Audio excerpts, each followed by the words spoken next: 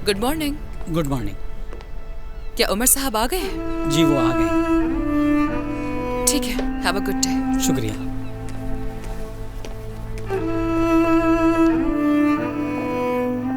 आज की जो मीटिंग है वो दोपहर में रख दो। तुम्हारे पास दूसरे भी मसाइल हैं जिन्हें देखना है। उन्होंने तो अपनी पेशकश भी तैयार कर ली होगी। और हाँ सल्जुक, वैसे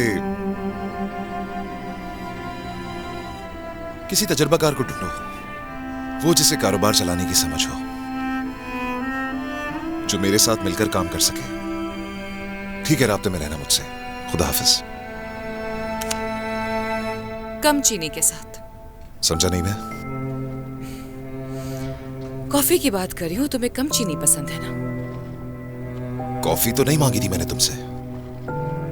नहीं मांगी, लेकिन मैं खुद बना कर ले आई जैसे तुम्हें पसंद है। जरूरत नहीं इसकी, अब कॉफी पसंद नहीं मुझे। अच्छा, तो तुम्हें अचानक से कॉफी ही नहीं पसंद? ऐसा ही है। क्या तुम गुस्सा हो मुझ पर? तुर्कान में तुम पे गुस्सा क्यों होगा? बस मुझे कॉफी नहीं चाहिए। और तुम्हें अकाउंटेंट से भी बात करने की जरूरत नहीं है, क्योंकि मैं जल्द यहां से चला जाऊंगा। फिक्र ना करो। उमर प्लीज, तुम जज्बाती हो रहे हो। जज्बाती होने से क्या मतलब? तुम नहीं चाहती ऐसा?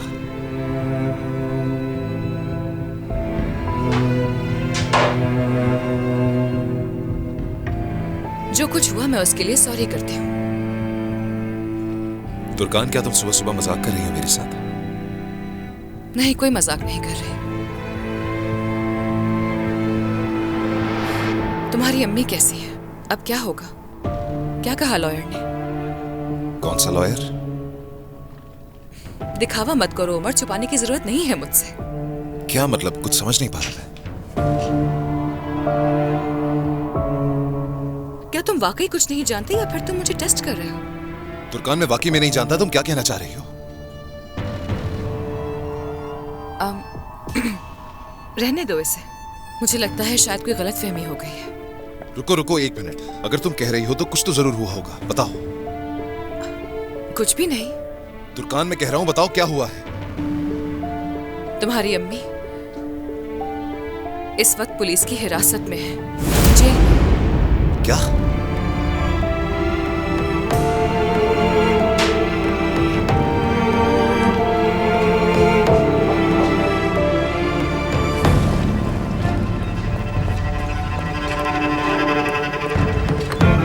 उमर रुको, रुको, मैं भी साथ चलूंगी।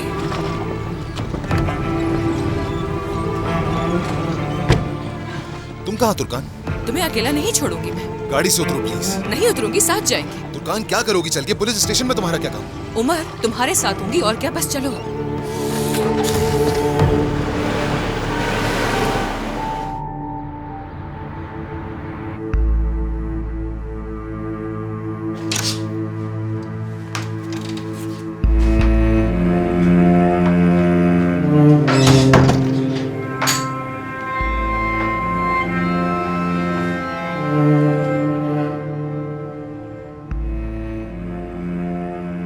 तो तुमने फैसला कर लिया है?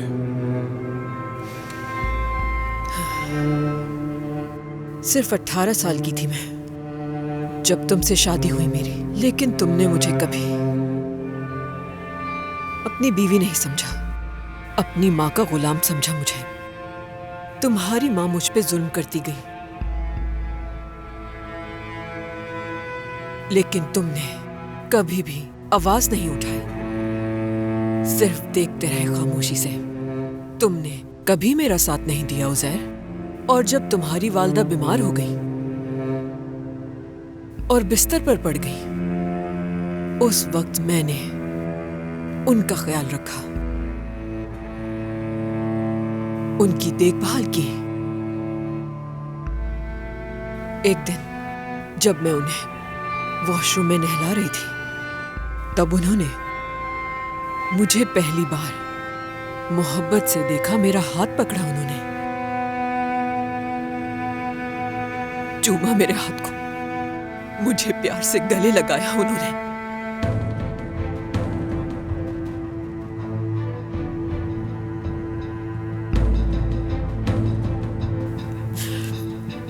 तुम्हारे वालिद भी इस बात के गवाह थे। उसके कुछ दिन बाद ही तुम्हारी वालिदा का इंतकाल हो गया और तुम्हारे वालिद ने मेरे उस कर्ज के बदले, और इसीलिए उन्होंने तमाम इख्तियारात और कंपनी में का अहम हिस्सा तुम्हारे नाम कर दिया था। भूलो मत, कोरमान खानदान का नाम अगर आज जिंदा है तो वो रोशन की वजह से है। मैंने पहुंचाया है तुम्हें इस मकाम तक।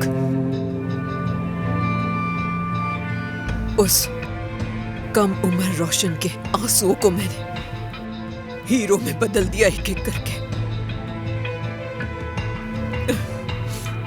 मुझे लगा था इतने साल जो मैंने मोहब्बत की कमी, तकलीफ, अजियतें बर्दाश्त की, वो नेमत थी मेरे लिए।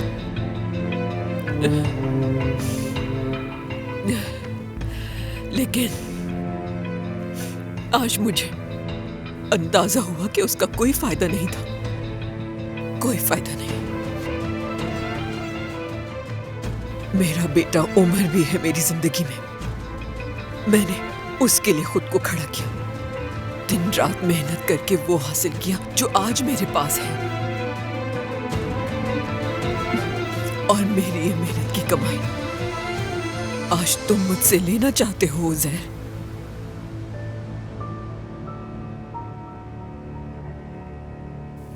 तुम्हारा ज़मीर तुम्हें ये कैसे इजाजत दे सकता है उज़ैर?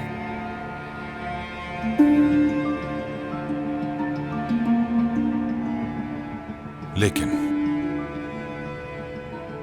तुम्हारे ज़मीर पर फिर भी कोई असर नहीं हुआ जब तुमने वो छोटा सा हिस्सा ले लिया जिस पर मेरा हक था, चाहे उसकी माली कीमत कुछ भी हो। तुमने मुझे कत्ल करवाने की कोशिश की,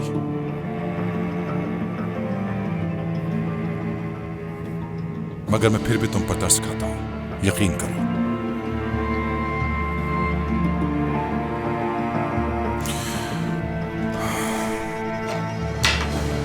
बहरहाल, मेरा ख्याल है कि तुमने मुझे दस्तखत करने के लिए बुलवाया